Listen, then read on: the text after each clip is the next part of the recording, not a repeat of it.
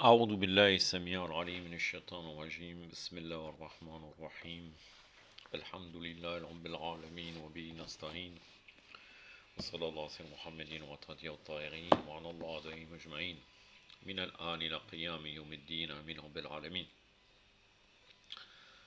Liberté, égalité, fraternité, 19e partie. Alhamdulillah, c'est le dernier chapitre. Comme je vous l'avais dit précédemment, j'ai perdu beaucoup de temps à travers ce sujet, puisqu'en fin de compte, je ne pensais pas que ce livre allait être aussi long. Ça m'a pris presque 1 an et demi. Alors qu'en réalité, la réfutation du livre Les 14 Infaillibles de Amarlek Chouani suffisait avec deux trois chapitres qu'on aurait pu sélectionner dans ce livre. Parce que parfois, vous savez très bien qu'il est parfois éloquent et que parfois il traite un bon sujet, mais d'un autre côté, vous avez vu que parfois il est complètement hors sujet et une source de déviation, comme je vous avais dit précédemment. Donc encore une fois, je maintiens comme quoi les gens qui ne sont pas avertis ne peuvent pas lire ces livres parce qu'ils peuvent mélanger le faux avec le vrai. Ça fait partie des lectures d'égarement. Comme la philosophie, comme il y a des règles générales qui existent. Et cette lecture-là n'est pas conseillée, voire interdite quand quelqu'un est influencé. C'est comme quelqu'un qui lirait que les sources des Mukhalifin pour faire des recherches et il serait influencé. S'il est influencé par cela, ce n'est pas autorisé d'après la charia de le lire. Un sujet aujourd'hui qui franchement j'ai pas grand chose à ajouter, il a assez bien traité le sujet de toute façon. C'est sur le voile en islam et dans le christianisme.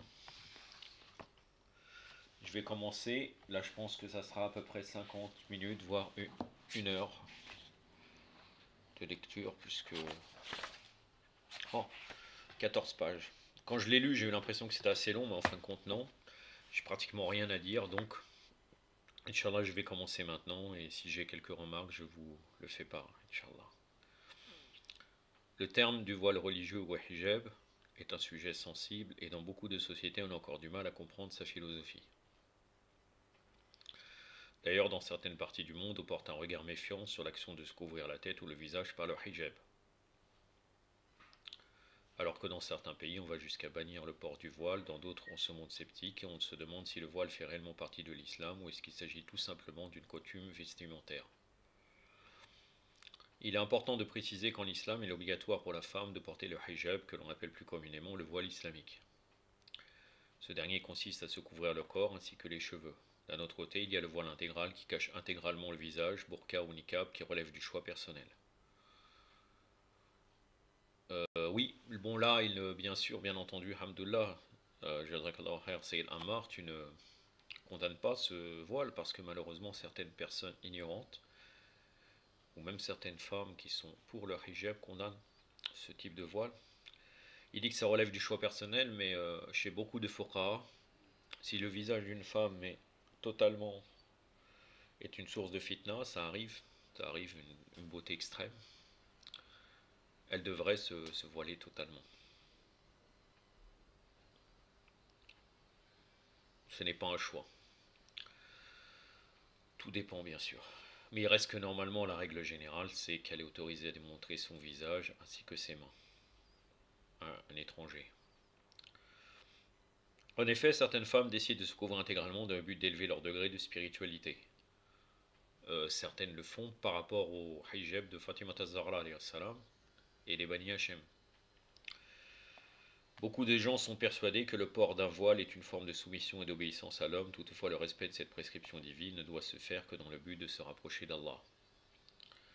Dans la section des faits divers des médias, on peut régulièrement lire des articles qui nous décrivent l'hostilité de certaines personnes à l'égard du voile. Récemment, au Canada, une femme musulmane a été agressée par une autre femme qui s'est approchée d'elle pour lui arracher son foulard de la tête. Des événements similaires se sont déjà produits en France et en Angleterre. Le voile a donc suscité de nombreuses interrogations sur son origine, sa signification et sa nécessité. Nous avons donc l'obligation d'ouvrir les portes du raisonnement scriptural et de la discussion sur le sujet avec nos frères chrétiens. Donc toujours nos frères, vous savez très bien que quelle est la réalité sur ce sujet-là? Frères en humanité, on pourrait dire. Mais généralement, quand il parle de frères chrétiens, il regroupe les juifs et il met en dehors les bouddhistes, les hindous, etc. Il n'emploiera pas ce terme, alors qu'en réalité, encore une fois, et on l'a dit maintes et maintes fois, et c'est basé sur Al-Bayt, quand Allah subhanahu wa ta'ala nous dit les croyants sont des frères, il s'adresse aux Shira. C'est trouvable dans les tafsirs riwayi, tafsirs basés sur les hadiths de Al-Bayt, dont entre autres le fameux tafsir al-Burhan de Yusuf al-Barani. Donc, de toute façon, c'est des frères, puisque l'imam Ali alayhi salam a dit les êtres humains sont deux choses. Ikhwan fiddin, donc fi tashayyo, on a dire fil khalq, c'est-à-dire associés, des associés, des proches, dans la création. Mais là, Amar Nakshwani ne dit pas ça. Pour lui, les frères, c'est le musulman en entier, les chrétiens et les juifs regroupés. Car il est toujours dans une tentative de dialogue, avec parfois des atteintes à certaines interprétations coraniques, comme on a pu démontrer précédemment, puisque maintes et maintes fois, dans ce livre, il est revenu sur le dialogue islamo-chrétien. Sachant que beaucoup de musulmans aujourd'hui vivent dans des pays où la population est majoritairement chrétienne. De nombreux musulmans ne savent pas que le christianisme prône le port du voile, de la même manière que beaucoup de chrétiens ignorent que le hijab est obligatoire en islam. Nous savons tous qu'à notre époque, la religion la plus pratiquée est le christianisme, et la religion qui se répand le plus est l'islam. Ça, faudrait voir les chiffres. Sincèrement, lui, il vit dans les pays anglo-saxons, il peut avoir des interrogations sur les religions. En France, ce n'est pas autorisé. Donc on ne peut pas savoir le degré de pratique et des chrétiens et de l'islam. Sincèrement, d'une manière extérieure, on peut dire, si on groupe bien sûr les Bakri, la pratique de l'islam est beaucoup plus d'une manière extérieure que les chrétiens. Beaucoup d'églises sont vides, mis à part certaines communautés qui sont plus pratiquantes, comme par exemple les Africains. Dans les communautés et les églises où il y a une communauté africaine à côté, c'est vrai que les églises ont beaucoup de fidèles. Sinon, globalement, on peut voir que même en France, même si c'est voulu aussi une destruction du patrimoine, le christianisme est quand même en voie de perdition au niveau du nombre de fidèles. Alors que les musulmans, ils ont des pratiques collectives qui font que il y a plus de pratiques. Donc, est-ce que le christianisme, comme dit Amar Nakshwani, est plus pratiqué et la religion qui se répand le plus, c'est l'islam? La religion qui se répand le plus, c'est l'islam. Bon, là, on regroupe les Mukhalifin et Shia, sans aucun doute. Mais le christianisme le plus pratiqué, je ne sais pas. Les musulmans, tout le temps, ils ont des pratiques quotidiennes, donc les 5 prières par jour. Les mosquées, généralement, à ce moment-là, se remplissent de gens. Dans les endroits où il y a des communautés musulmanes, bien entendu. Et la mosquée est pleine. Chose qui n'est pas une certitude au niveau des églises au moment de leur prière. Étant donné que nous vivons dans un monde hétérogène, nous devrions nous intéresser aux textes sacrés des autres religions. Nous ne pouvons pas, en tant que musulmans, nous contenter de connaître le contenu du Coran uniquement. Nous devrions faire l'effort de découvrir les enseignements de la Bible, sachant que nous côtoyons des chrétiens partout dans notre vie quotidienne.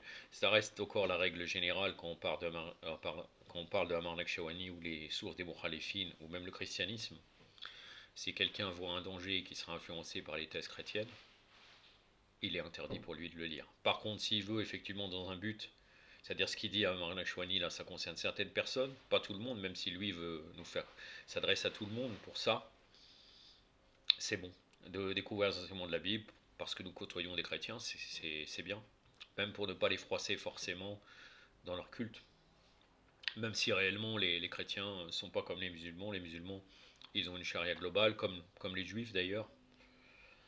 Alors que les chrétiens sont en dehors, maintenant, les chrétiens de nos jours sont en dehors de la charia. Des règles bien entendu, jurisprudence. C'est-à-dire un chrétien, mis à part le fait qu'il va à l'église, d'une manière globale, on ne peut pas voir la différence entre un chrétien et un athée dans ses pratiques de tous les jours. Qu'il soit au niveau alimentaire, à tous les niveaux, au niveau des relations avec les gens. Nous devrions même inciter les leaders de nos communautés à organiser des conférences avec les leaders des communautés chrétiennes afin de défaire les idées fausses et de discerner les points communs et différences entre la théologie, l'éthique et les lois de nos religions respectives. Je ne veux pas revenir sur le sujet de dialogue, l'unité et du dialogue islamo-chrétien, on en a déjà parlé. En ce qui concerne le thème du voile, il apparaît aussi bien dans la Bible que dans le Coran. Malgré cela, la majorité des musulmans seraient incapables de fournir une référence biblique sur le voile, et réciproquement. La plupart des chrétiens ne seraient pas en mesure de citer des versets coraniques sur le sujet. Certains chrétiens continuent encore à se demander si le voile est un précepte coranique ou s'il s'agit tout simplement d'une pratique culturelle. C'est pourquoi dans notre session d'aujourd'hui, nous allons procéder à ce qu'on appelle un raisonnement scriptural. Donc scriptural, ça veut dire un raisonnement textuel. En quoi cela consiste-t-il? Il s'agit de mettre en parallèle les passages de la Bible et du Coran qui traitent du voile et de les étudier. Pour cela, nous allons d'abord citer les parties de la Bible et du Coran qui parlent du voile et d'effectuer une comparaison afin de mettre en évidence les similitudes et différences entre les deux textes. Ensuite, sachant que la Bible et le Coran prescrivent tous les deux le port du hijab, nous allons évoquer les excuses avancées par les chrétiennes et les musulmanes pour expliquer leur refus de le porter. La partie qui nous intéresse dans la Bible est située dans le Nouveau Testament. Il s'agit du chapitre 11 de la section des épîtres de Paul. 1 Corinthiens. Dans le Coran, nous allons nous intéresser à certains versets des chapitres La Lumière, An-Nur, sourate 24, et l'Arzab, donc les coalisés, sourate 33. Paul a vécu parmi les Corinthiens, c'est-à-dire les Grecs, pendant 18 mois. Au cours de son séjour, elle a transmis la parole du Saint-Esprit. Selon la hiérarchie chrétienne, la parole de Dieu a été transmise au Saint-Esprit, qui l'a à son tour transmise à Paul, qui l'a transcrite sous forme d'épîtres qui ont été intégrées dans le Nouveau Testament. Bon, ça, c'est ce que disent les chrétiens. Hein. Paul, normalement, Paul de Tarse, si on cherche bien, il est un traître. Il a remis en cause la plupart des croyances de Isa alayhi salam, alayhi wa abdallah salat ala Muhammad wa ali Muhammad. Et même selon certains penseurs, même selon certains textes que j'ai déjà lus au niveau des hadiths, je ne l'ai pas en tête maintenant, il fait partie des déviés. Il y a même un penseur égyptien, qui a fait des émissions sur une chaîne satellitaire, où il fait la comparaison entre Paul et Omar, là, si quelqu'un est intéressé dans les commentaires, c'est en arabe, c'est une série assez longue et même assez lourde, parce que c'est beaucoup en dialogue égyptien, pour ceux qui comprennent, le dialogue égyptien. Et c'est très long, je crois que c'est un épisode de 45-50 minutes, il doit y avoir une soixantaine d'épisodes. Si quelqu'un est vraiment intéressé par ces sujets de christianisme, il pourra me mettre en commentaire qui voudrait cette série, je lui mettrai volontiers la playlist.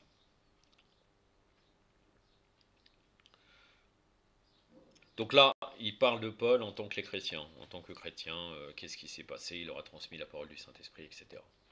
Le premier point commun qui en ressort, c'est que selon la Bible et le Coran, le port du voile est un décret divin. Dans sa lettre aux Corinthiens, Paul déclare que Allah est le chef de Jésus, alayhi salam, qui est lui-même le chef de l'homme, qui à son tour est le chef de la femme, et que la femme qui ne se voile pas est source de déshonneur. Sachant que Paul s'exprimait au nom de Jésus et du Saint-Esprit, on peut en déduire que cette loi concernant le port du voile pour la femme était applicable à toutes les églises, et pas seulement à l'église corinthienne. Ainsi, si les femmes grecques de cette époque se couvraient les cheveux, ce n'était pas par rapport à une pratique culturelle, mais c'était plutôt pour se conformer aux écrits de Paul et donc à un ordre divin. L'ordre divin selon la religion chrétienne, bien entendu. Il a également bien fait comprendre que lorsqu'il s'agit d'un décret d'Allah, le fidèle n'est pas invité à se plier au règlement comme bon lui semble, il s'agit de se soumettre à la volonté d'Allah et de respecter la loi dès qu'on en a pris connaissance. Et pourtant, de nos jours, souvent les croyants ont tendance à esquiver leur obligation, prétextant qu'ils ne sont pas prêts à accomplir telle ou telle action. De plus, de nombreux autres détails nous prouvent que le fait de se couvrir les cheveux est une obligation pour la femme dans le christianisme. Dans les églises, Marie est toujours représentée avec les cheveux couverts. Le fait que la mère de Jésus avait pour usage de se couvrir la tête nous permet de déduire que le port du voile est obligatoire dans le christianisme. Entre parenthèses, pour ceux qui vivent à Paris et qui sont intéressés, il y a même une statue où Mariam, alayhi salam, porte le tchador. C'est sur un pont parisien. De mémoire, c'est entre Saint-Michel, il me semble. Bon, pour ceux qui connaissent Paris, du pont du Louvre, sinon quelqu'un va du pont du Louvre, il faudra qu'il marche jusqu'à l'Institut Mont-Arabe, en longeant les quais. Donc en étant sur le Louvre, il va sur la droite, le trottoir de droite, et il verra sur le pont, en haut, dans un des ponts, la statue de Mariam alayhi salam avec le tchador. Donc encore là, ça démontre encore effectivement, Mariam alayhi salam, en règle très très grande règle générale, dans les églises, elle porte elle a les cheveux couverts. Dans l'art chrétien des premiers temps, les femmes apparaissent toujours voilées. Ainsi, dans le passé, les chrétiennes se couvraient la tête pour témoigner leur obéissance au Tout-Puissant. Entre autres, au début du XXe siècle, si vous alliez au Portugal, en Italie et en Espagne, beaucoup de femmes chrétiennes avaient un foulard sur la tête. Plus tard, les pères de l'Église ont aussi discuté de l'importance du voile. Ceux qui étudient la théologie chrétienne pourront constater à travers les travaux de Clément d'Alexandrie, de Jérôme, de Tertullien et d'Augustin que le voile dans le christianisme est un décret divin. Certains sont persuadés que Paul a instauré le voile uniquement pour la communauté corinthienne, mais les écrits des pères de l'Église nous démontrent le contraire. Catherine de Bora, l'épouse de Martin Luther, le père du protestantisme, couvrait elle aussi les cheveux. De la même manière, le Coran présente le hijab comme une obligation. En effet, dans le chapitre 24 et 33, les versets évoquant le thème du voile prennent la forme d'une injonction. À travers certains versets du Coran, Allah a ordonné au prophète Mohammed, sallallahu alayhi wa alayhi, Allahumma salli ala Muhammad wa ali Muhammad, wa lajjal farajahum wa l'anadahum, de mettre en place des lois. Ces versets commencent par le mot qul, qui est traduit en français par dit. À chaque fois qu'Allah a évoqué le hijab dans le Coran, il a utilisé le mot qul, afin que le prophète fasse savoir aux croyants que le hijab est une prescription religieuse. Toutefois, certains stipulent qu'il est précisé nulle part dans le Coran qu'il est indispensable de se couvrir la tête, alors que dans la Bible, l'ordre est explicite. Le Coran, de son côté, demande aux croyantes de rabattre leur voile sur leur poitrine. De tels arguments sont avancés par des personnes qui ne savent pas comment on procède à l'analyse d'un verset coranique. Avant de se lancer dans une interprétation des versets coraniques,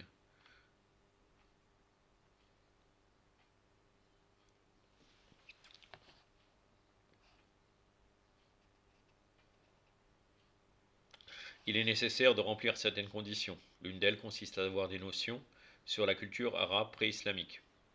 Avant l'arrivée du prophète, sallallahu alayhi wa sallam, les femmes arabes avaient déjà l'habitude de se couvrir les cheveux avec une sorte de foulard qu'elles nouaient sur leur tête comme un bandana. Ça, c'est intéressant. C'est intéressant qu'ils parlent de bandana. Donc ça veut dire que les femmes actuellement qui sous prétexte d'un hijab, qui en vérité n'est pas un hijab, puisque dans les règles du hijab, ce qui doit être couvert, c'est l'intervalle qui est entre le pouce, et ce qui est autorisé de montrer, c'est l'intervalle qui est entre le pouce et le majeur. Donc comme ça. Ça. Donc tout le reste doit être voilé. Donc même le cou, l'intervalle, voilà comme ça. Comme pour les ablutions, vous voyez là. Donc ça doit être couvert. Donc le banana est un retour au coutumes jaïlites. C'est intéressant. C'est pas moi qui le dis. Il dit qu'ils mettaient un bandana, les Arabes, avant l'islam, les femmes arabes. Donc ceux qui pensent que c'est un foulard, qu'ils soient hijab, ils se trompent. Avec ce style, leurs oreilles et leur cou restaient visibles, comme actuellement, comme ceux qui mettent un bandana, et en soi-disant musulmans. Ainsi, en prenant en compte le contexte, on peut donc déduire que lorsqu'Allah a demandé aux musulmanes de rabattre leur voile, il a souhaité leur faire comprendre que la façon dont elles se couvraient était incomplète, et qu'il fallait qu'elles couvrent également la partie de leur corps qui était exposée. Nous pouvons donc aisément comprendre pourquoi le Coran ne précise pas que la femme doit se cacher ses cheveux. Malgré cela, il existe encore des communautés musulmanes où les femmes se couvrent uniquement les cheveux alors que l'oreille et la partie autour de leur cou restent à découvert. Regardez, Dakhecho, qu'est-ce qu'elle dit? Le décret divin dans ce cas-là, n'est pas respecté. Donc, ce qui nous a ordonné, qu'elles mettent le bandana, ou qu'elles mettent autre chose, ou qu'elles ne le mettent pas, ça ne change rien. Le décret divin n'est pas respecté. Et franchement, dans cet exposé, Ammar Nakshawani va être très bien. Il va dire des vérités sans taqrir. Il va critiquer. C'est un bon discours d'une manière générale. Vous allez voir. Certaines musulmanes se demandent si elles peuvent attendre avant de se plier à ce règlement parce qu'elles ne sont pas prêtes à sauter le pas. Beaucoup d'adolescents dans nos communautés utilisent cet argument guisé.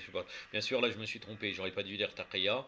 Il n'est pas en train de vouloir leur faire plaisir, parce que là ça n'a rien à voir avec la taqiyya. C'est-à-dire parfois il va pas parler, il va arrondir les ongles. Là non, alhamdoulilah, il parle directement sur le problème du hijab et nos femmes. D'autres veulent attendre d'être mariés ou de pouvoir aller au hajj pour commencer à porter le hijab. Ça, vous l'avez entendu, hein. Ça existe dans nos communautés. Mais encore une fois, l'ordre divin ne se discute pas et ne se négocie pas. Ne se discute pas et ne se négocie pas. Je vais le répéter 3 fois, car en fait, c'est une habitude prophétique aussi dans les choses importantes. Ne se discute pas et ne se négocie pas. Le deuxième point commun entre l'islam et le christianisme, c'est que le hijab a tout d'abord été prescrit aux hommes, puis aux femmes. Lorsque Paul a soulevé la question du voile dans le chapitre 11 de sa première épître aux Corinthiens, Il a précisé que le Christ est le chef de tout homme et que l'homme est le chef de la femme. À travers ces déclarations, Paul a démontré que l'homme est lui aussi concerné par le hijab et qu'il doit être conscient de son rôle dans le maintien du hijab. Ce n'est qu'après avoir souligné l'importance de l'attitude de l'homme que l'ordre sur le hijab et de la femme a été divulgué. Lorsqu'on parle de voile religieux et de hijab, les gens imaginent directement un concept physique et oublient très souvent que le hijab s'applique également sur le plan social. Dans sa lettre, Paul rappelle à l'homme qu'il est responsable vis-à-vis d'Allah et qu'il doit donc faire attention à se comporter de façon appropriée en présence des femmes. L'homme doit veiller à ce que son épouse se voile, mais doit en même temps apprendre à maîtriser son regard. De nos jours, les hommes pensent que lorsque les femmes sont concernées par leur hijab et ignorent qu'ils ont aussi un rôle à jouer. Car entre autres, dans un des versets du hijab qui ne montre que leurs atours, dit aux croyants de baisser leur regard, de montrer que leurs atours, le début du verset dit aux croyants de baisser leur regard. Pareillement, dans le Coran, le verset sur le hijab de l'homme a été révélé avant de s'adresser aux femmes. Allah a déclaré, dit aux croyants de baisser leur regard et de garder leur chasteté. Sourate 24, verset 30.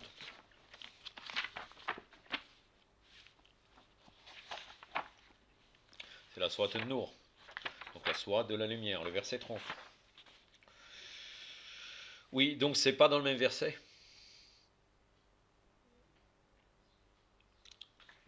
Dit aux croyants de baisser leur regard, c'est le verset 31. Dans le verset 30, Allah subhanahu wa ta'ala dit aux croyants de baisser leur regard et de préserver leur chasteté. C'est plus pur pour eux, Allah connaît ce qu'ils font. Je vais vous lire en entier. A'udhu billahi samir al-alim minash shaitanir rajim. Qul lil mu'minin yaruddu min absarihim wa yarfadu furujahum dalika aska lahum inna Allah khabira bima yasna'un. Sadaqallahu al-aliyyul azim. De nos jours, dans les communautés musulmanes, lorsqu'on parle de hijab dans les sermons, on vise directement les femmes et ce préjugé entraîne l'homme à se montrer négligent dans sa conduite au sein de la société. Dans une communauté, pour que la chasteté soit préservée, les deux parties doivent être conscientes de leurs responsabilités et se conformer au règlement. C'est-à-dire parfois c'est très étonnant, on voit une femme totalement couverte et un homme avec un t-shirt et un short jusqu'à ses genoux. Alors que sincèrement déjà c'est déconseillé, mais c'est très limite.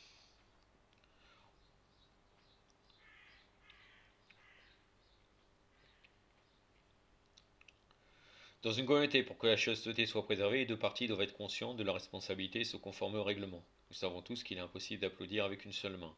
Le contexte dans lequel ce verset a été révélé est d'ailleurs très révélateur. Je pourrais donner un autre exemple, malgré que qu'on n'a rien à faire dans des pages mixtes.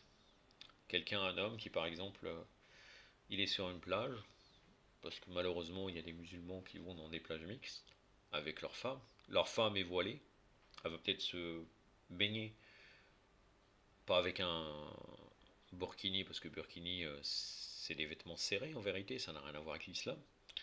Avec une jupe longue, ça arrive, et l'homme va aller se baigner torse nu. C'est pas contradictoire, je vous laisse à vous le choix de réfléchir un petit peu. D'autant plus que par exemple même dans des communautés, alhamdoulilah, assez traditionnelles chiites, les latmiyat où on voit les hommes torse nu, ils sont voilés, cet endroit-là est flouté. Donc il y a une certaine pudeur à avoir. Mais maintenant, de nos jours, tout est mélangé. Les gens qui jouent au foot, il est capable, le gars, de se mettre torse nu entre frères, il n'y a pas de problème. Allez, les femmes, d'autres femmes étrangères le voient. Peut-être qu'il veut dire, ah, il est bien musclé, je le rends. Pourquoi? Pourquoi ne stoppons-nous pas la fitna dès le départ? Le contexte dans lequel ce verset a été révélé est d'ailleurs très révélateur. Un jour, un homme est arrivé chez le prophète Mohammed sallallahu alayhi wa sallam avec une entaille sur le front. Le prophète fut surpris en le voyant dans un tel état et voulut savoir ce qui lui était arrivé. L'homme expliqua, sur ma route, j'ai aperçu celle qui est sûrement la plus belle femme de l'Arabie. Je ne pouvais plus m'empêcher de la fixer, j'ai commencé à le suivre à travers les rues de la ville. J'étais tellement ensorcelé que je ne voyais plus ce qu'il y avait en face de moi et ma tête a fini par se cogner contre une barre de fer. Dans certains autres textes que j'ai lus, c'était pas une barre de fer, c'était aussi un clou qui est rentré en lui. C'est à ce moment-là que l'ange Jibril, alayhi salam, Gabriel, est apparu avec le verset précité. Alors que le hijab de la femme consiste à couvrir son corps et à dissimuler ses parures, celui de l'homme, consiste à garder à distance et à éviter les échanges inutiles avec le genre opposé. Nous connaissons tous le hadith qui dit vous n'avez droit qu'à un seul regard. Mais est-ce que cela signifie que ce regard peut se prolonger jusqu'à ce qu'on ait eu le temps de tout remarquer dans les moindres détails? Non. Il s'agit du regard qui se pose accidentellement et qui se détourne plus vite. Un regard qui est conscient de la présence d'Allah et qui refuse de vagabonder de manière indécente. S'il vagabonde de manière indécente, c'est illicite d'une manière totale. Là, il a une opinion qui pour lui, on ne doit pas du tout regarder. Concernant les femmes qui ne sont pas pratiquantes et qui sont pas forcément musulmanes, bon, musulmanes ou non musulmanes, c'est autre chose. Il y a aussi le critère de désobéissante, mais on ne va pas rentrer dans ce sujet-là. C'est autorisé de regarder, si la norme est comme ça dans l'intérieur, mais d'une manière non sans passion. Si quelqu'un a la passion, là, le premier regard, il est pour nous, et tout de suite, il faut détourner. Le deuxième, c'est shaitan. C'est généralement comme ça qu'on interprète ce hadith. Le troisième point commun, c'est que les deux religions reconnaissent que la chevelure constitue un élément majeur de la beauté de la femme. Dans la Bible, Paul a laissé entendre que les cheveux sont l'apparat de la femme. Il est même allé jusqu'à dire qu'un homme qui a les cheveux longs n'est pas respecté alors qu'une femme est belle quand elle a les cheveux longs. Paul n'a attiré l'attention sur aucune autre partie du corps, il a juste tenu à souligner que l'élément le plus attrayant chez la femme est sa chevelure. Malgré que de nos jours, sincèrement, on est habitué. Si la femme, bien sûr, enlève ses cheveux, qu'ils soient bouclés ou autres, quand elle détache ses cheveux, c'est vrai que c'est un attrait qui attire l'homme. Mais si elle est attachée avec un chignon ou autre, c'est pas forcément qu'elle serait couvert la tête ou bien qu'elle montrerait ses cheveux, ça va pas changer grand chose pour la majorité des hommes.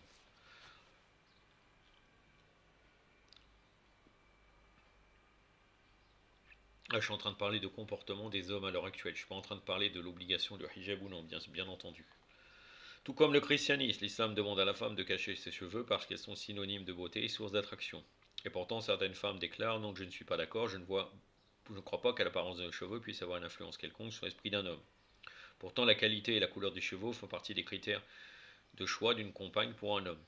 Alors que certains aiment les cheveux lisses, d'autres préfèrent les cheveux bouclés. Certains hommes avouent être plus sensibles au charme d'une rousse, alors que d'autres sont attirés par les blondes. Si la chevelure n'avait pas d'impact sur notre apparence, ça ne la soignerait pas autant. Certains sont tellement obsédés qu'ils passent des heures à se coiffer pour obtenir le résultat souhaité. L'intérêt que nous portons à nos cheveux a d'ailleurs permis la mise en place de toute une industrie. Dans les supermarchés, nous avons des rayons bien remplis avec toutes sortes de produits capillaires, allant du gel à l'après-shampoing et en passant par les sprays fixants, les mousses et les différents accessoires pour donner l'allure à notre coupe. De plus, lorsqu'une star de cinéma ou de la musique change de coiffure, les médias s'empressent de le divulguer au grand public.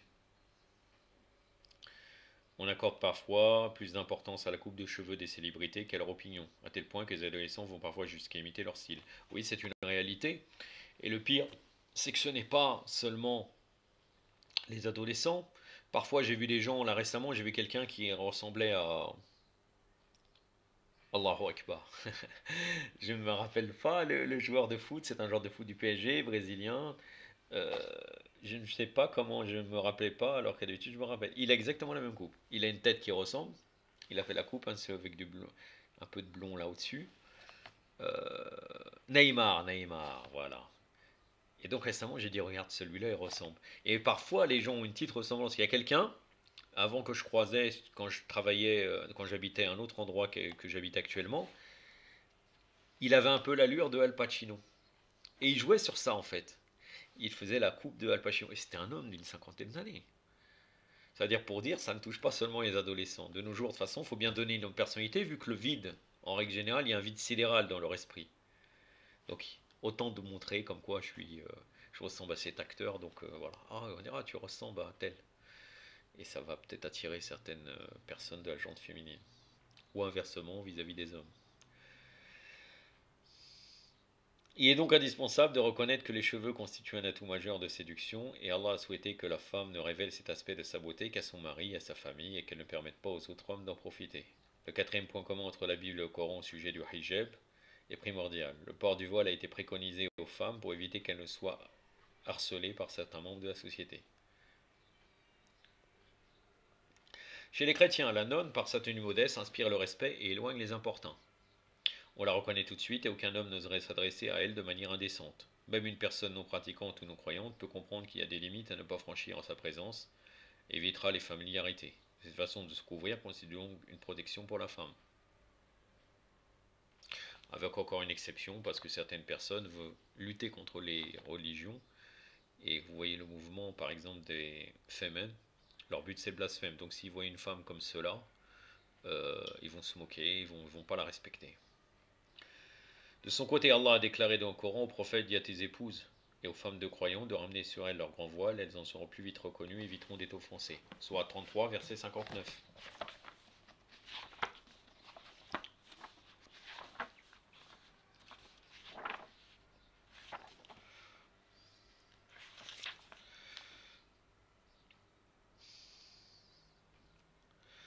Donc du début du verset jusqu'à les trois quarts. A'udhu billahi samir al-rani min shaitan rajim. Ya ayyuhan nabi qul li azwajika wa banatika wa nisa'il mu'minin yudnina alayhina min jalabibihina dalika adna an yurafna fala yudayna. Sadaqallahu al-aliyyul azim. Dans la version arabe du verset, le mot utilisé pour faire référence à leur grand voile est jilbab. Mais qu'est-ce qu'un jilbab?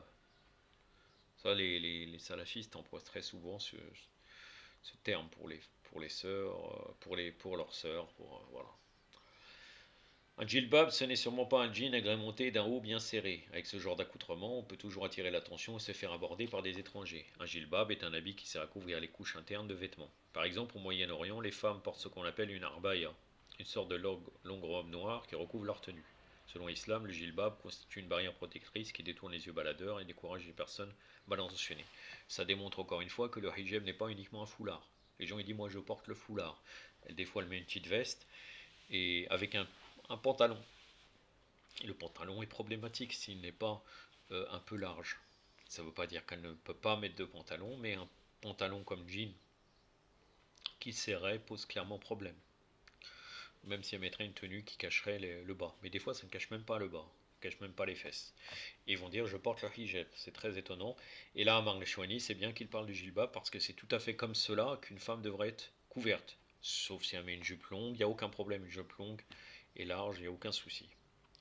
La femme a-t-elle besoin d'être préservée de la sorte? Si on se réfère aux statistiques concernant les agressions sexuelles, la réponse est oui. Dans une certaine mesure, les viols sont liés à la façon de s'habiller de la victime.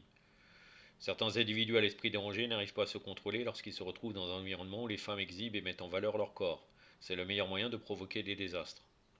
Combien de vies ont été détruites de cette façon? Depuis 1994, 1750 femmes en moyenne sont violées tous les jours aux États-Unis. Parfois les victimes sont des filles réservées et pudiques. D'autres parfois ce sont des filles qui sortent faire la fête dans les tenues aguicheuses. Le fait est qu'il y a dans ce monde des psychopathes qui sont incapables de maîtriser leurs pulsions. N'est-il pas alors plus sage pour la femme de se montrer prévoyante? Ça c'est intéressant car très souvent on met en cause l'homme qui a violé. On dit c'est pas bien, certes oui ce n'est pas bien, mais la tenue joue un rôle. Sans compter le type de société qui est promu en Occident, où la nudité est très présente, qu'il soit dans différents films, qu'il soit dans différentes publicités, etc., etc. Quelqu'un qui n'est pas très équilibré et qui est en manque sexuel va peut-être arriver un jour à violer, surtout si la femme est à moitié nue dans la rue. Et ça arrive très souvent. Et là, voilà, elle part dans des soirées, dans des tenues aguicheuses. Quand c'est une femme réservée pudique, c'est vraiment ça, c'est quelque chose de très très grave. Dans l'autre côté aussi, c'est très grave, mais la responsabilité de la femme aussi joue un rôle. Même si maintenant, actuellement, on ne veut pas entendre parler de cela. Aujourd'hui, lorsqu'une femme proclame qu'il faudrait que les femmes s'habillent différemment pour empêcher les voiles, lorsqu'une personne proclame qu'il faudrait que les femmes s'habillent différemment pour empêcher les viols, cette dernière est tout de suite critiquée pour avoir osé penser de la sorte. Voilà, là il soulève ce problème. Quoi qu'il en soit, on ne peut se voiler la face, même s'il ne s'agit pas d'un lien direct, et ce n'est pas l'unique raison qui engendre autant de violence. Le style vestimentaire de notre époque a entraîné une augmentation considérable des crimes sexuels. On ne peut prendre ces choses à la légère dans la majorité des cas. Les victimes subissent un profond traumatisme et ont beaucoup de mal à reprendre une vie normale. Certaines ne s'en remettent jamais et d'autres vont même jusqu'à se donner la mort. Ce n'est pas en vain que la Bible et le Coran ont mis en place le hijab. C'est pour le bien et la protection de la femme elle-même. Mais si la Bible demande à la femme de cacher ses cheveux, pourquoi est-ce qu'à notre époque les chrétiens ne se couvrent-elles pas? Avant de répondre à cette question, il est nécessaire de préciser qu'il existe encore des minorités chrétiennes où les femmes se voilent. Il s'agit des Amish et des Ménonites. Pour cela, elles subissent parfois des moqueries et on les qualifie de rétrogrades. Mais à mon sens, ce sont des femmes qui ont des principes et qui protègent leur modestie et leur intégrité. En ce qui concerne la suppression du port du voile dans les autres branches du christianisme, on avance plusieurs raisons. On stipule que cette réglementation de Paul n'était valable que pour cette époque et qu'aujourd'hui elle n'a pas lieu d'être respectée. Toutefois, il ne faut pas oublier que Paul a précisé qu'il s'agissait d'une loi destinée à toutes les églises de Dieu, d'Allah. Ce détail fait toute la différence et nous montre que sa mise en pratique revêt un caractère intemporel. Ensuite, on pense qu'il s'agit d'une recommandation sans importance et sans signification particulière. Cette lettre avait été envoyée par Paul aux Corinthiens par l'intermédiaire de Timothée, dans le but de régler des conflits, de clarifier des malentendus, et celle-ci est assimilée à la parole d'Allah. Comment la parole d'Allah peut-elle être qualifiée de négligeable? Nous savons tous que le Nouveau Testament se compose de discours inspirés par Allah, selon les chrétiens, selon ce que disent les chrétiens. Ces derniers sont donc essentiels et doivent être respectés à la lettre. Enfin, on déclare que le thème du voile n'apparaît dans la Bible qu'une seule fois. Malgré qu'il me semble que là, il a cité le Nouveau Testament. Oui, la Bible. La Bible, si on prend la Bible, le Nouveau Testament. Dans l'Ancien Testament, j'avais déjà vu dans un livre que je n'ai pas en tête actuellement, qui parle aussi que le hijab a été prescrit d'une manière obligatoire. Il me semble même que dans ce verset de la Bible, donc de l'Ancien Testament, il est dit que celles qui ne le portent pas devraient être rasées. Leurs cheveux devraient être rasés. Enfin, on déclare que le thème du voile n'apparaît dans la Bible qu'une seule fois. Si Allah pensait que ce décret est essentiel, il aurait insisté et aurait abordé le sujet à plusieurs reprises. Lorsqu'Allah souhaite nous faire passer un message, il n'a pas besoin de se répéter. Qu'en croyant sincère, il accepte les ordres divins sans se faire prier et ne cherche pas d'excuses pour se dérober. C'est juste. C'est pas la récurrence, l'essentiel, est-ce que c'est obligatoire ou pas? C'est pas le fait que ça soit répété qui change quelque chose normalement pour le croyant. Mais il n'y a pas que les chrétiennes qui ont cherché des prétextes contre le voile, les musulmanes elles aussi tentent de trouver des échappatoires pour éviter le hijab. Tout comme les chrétiennes, les musulmanes d'aujourd'hui prétendent que le hijab n'est pas adapté au temps moderne, que c'était pour les bédouins du désert et les arabes du passé, mais qu'à notre époque, les choses ont évolué donc il faut s'adapter. Premièrement, une fois que le prophète Mohammed sallallahu alayhi wa alayhi a rendu un acte obligatoire, il le reste jusqu'au jour du jugement dernier. Deuxièmement, si le hijab avait été instauré uniquement pour les femmes du temps de Mohammed sallallahu alayhi wa alayhi, Sayyida Zaynab et Kulsoum, salawatullah alayhima, ne se serait pas voilée. Hamida, alayhi salam, l'épouse de l'imam Jafar Sadiq, et Narjis el-Khartoum, la mère de notre 10e imam, qui n'ont pas connu l'époque de Mohammed, n'auraient pas porté le hijab. Toutes les actions de Sayyida Zaynab alayhi salam étaient basées sur la religion. Si le voile faisait partie des habitudes culturelles des Arabes, Sayyida Zaynab ne lui aurait pas accordé autant d'importance. Ils auront du mal à croire que le Coran ait rendu le hijab obligatoire. Il nous suffit de nous tourner vers Sayyida Zaynab, qui est l'incarnation même du Coran. Son exemple devrait suffire à toute musulmane digne de ce nom. Ensuite, il y a celles qui ne portent pas le hijab parce que le mari le leur a interdit. Asya, alayhi salam, la femme de Pharaon, l'arnatullah alayh, avait un époux qui voulait qu'elle ne vénère que lui. Mais elle a préféré mourir par amour pour Allah, plutôt que de se plier aux exigences de son despote de mari. Si le mari n'apprécie pas le voile, l'épouse va devoir essayer de le convaincre et de lui faire comprendre que si Sayyida Zaynab portait le hijab, ce n'était pas pour rien. Elle peut même demander à une personne externe d'intervenir, et si cela ne suffit pas, la femme doit le désobéir. Elle doit désobéir à son mari pour obéir à l'ordre divin. À partir du moment où un mari encourage sa femme à enfreindre les règles, elle ne doit plus le suivre et assumer ses responsabilités. Arsinte. Le jour du jugement dernier, le mari ne sera pas en mesure de protéger sa femme contre le châtiment divin. Chacun répondra de ses actes et personne ne portera le fardeau d'autrui. Et très souvent, malheureusement, dans des circonstances de couple, on a des femmes qui viennent nous dire qu'on leur dit telle chose c'est obligatoire, on va dire toi aussi fais tes obligations. Mais quel est le rapport? Quel est le rapport? On sera jugé. Bien sûr, l'homme aussi doit faire ses obligations, mais on sera jugé seul. Si c'est une obligation pour toi, parce que le mari ne ferait pas certaines obligations, je ne devrais pas faire. Ou bien moi, parce que ma femme ne ferait pas certaines obligations, je ne devrais pas faire d'autres obligations sous prétexte que toi aussi tu ne fais pas tes obligations. Ça ne marche pas comme ça. On est seul, on est jugé seul. Enfin, il y a celles qui refusent de se lancer parce qu'elles ont peur du regard que leurs proches porteront sur elles une fois qu'elles porteront un hijab. Elles craignent de perdre leur ami et de ne plus avoir de vie sociale.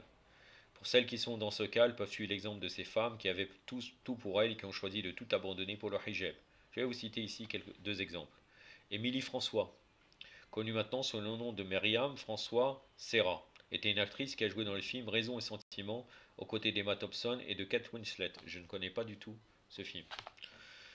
Enfin, vous pouvez chercher sur Wikipédia qui était-elle, qui est cette Émilie François.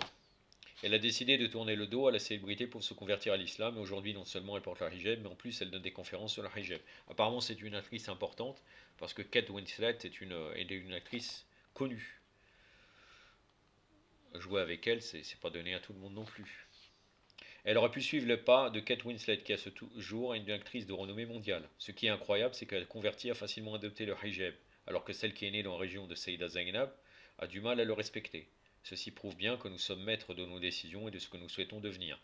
Christiane Baker était une présentatrice de la chaîne MTV en Allemagne. Elle a démissionné de son poste pour se convertir à l'islam et aujourd'hui elle se consacre à propager le message de l'islam. Elle avait une belle carrière devant elle, mais elle a choisi de se consacrer au hijab de Fatima az-Zahra.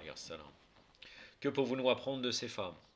Grâce à elles, nous réalisons que les véritables amis ne sont pas ceux qui nous abandonnent quand nous faisons un choix qui ne leur plaît pas. Ce ne sont pas des raisons qui doivent nous empêcher de nous épanouir et de trouver notre voie. Normalement, si on est ami avec quelqu'un, peu importe ses choix, on peut être en désaccord avec lui, mais on doit préserver notre amitié. Mais y a-t-il une différence sur le concept du hijab entre le christianisme et l'islam? Oui, il existe un point important sur lequel les deux religions divergent. Lorsque le christianisme a demandé à la femme de se couvrir la tête, il lui a également ordonné de rester silencieuse. Paul a déclaré que la femme ne doit pas s'exprimer en présence d'un homme.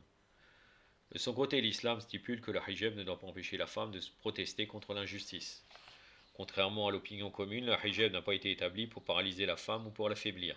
Non, son rôle consiste à intensifier la voix de la femme et à faire comprendre qu'elle ne doit pas être jugée en fonction de son apparence, mais plutôt par rapport à ses principes et aux valeurs qu'elle défend. Prenons exemple sur ces femmes qui ont marqué l'histoire de l'islam. Khadija, Somaya, Fatima, alayhim salam. Le hijab les a rendues fermes et volontaires. Elles ont pu s'imposer au sein de la communauté arabe de l'époque et sont ainsi devenues des figures emblématiques du monde musulman et de l'histoire. Grâce à celle-ci, Saïda Zainab alayhi salam a vu le jour et a eu le courage de tenir tête à Yazid, à Sham, après la tragédie de Karbala. Ce jour-là, dans le palais de Yazid et devant toute l'assemblée, elle a déclaré: comment espérer de la compassion de la part de celui dont la mère a mâché le foie des purs et a goûté le sang des martyrs? Elle fait référence à Hind ibn bint Abu Sufyan, la'natullah alayha. Non, Hind, excusez-moi. Hind, c'est la femme de Abu Sufyan, il me semble. Ça doit être cela, je ne sais pas, j'ai oublié. En tout cas, Hind, celle qui a mangé le foie de Sayyid al-Shuhada Hamza alayhi salam. La'natullah alayha.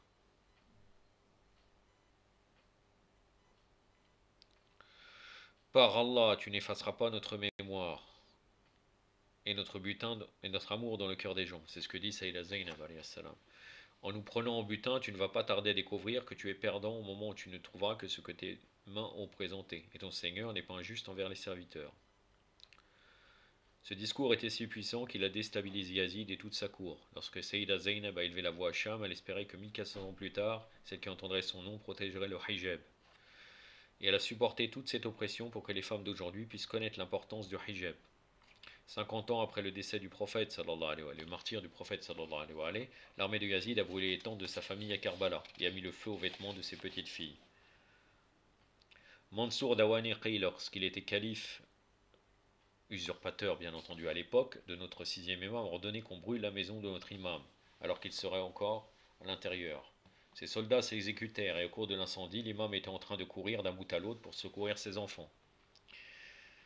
L'imam réussit à sortir tout le monde de chez lui et le lendemain, quelques-uns de ses proches vinrent lui rendre visite pour prendre de ses nouvelles et pour lui proposer leur aide. Mais l'imam était très triste et il pleurait. Un homme s'approcha de l'imam et lui dit: ô imam, vous êtes un membre de la famille du prophète Mohammed sallallahu alayhi wa sallam.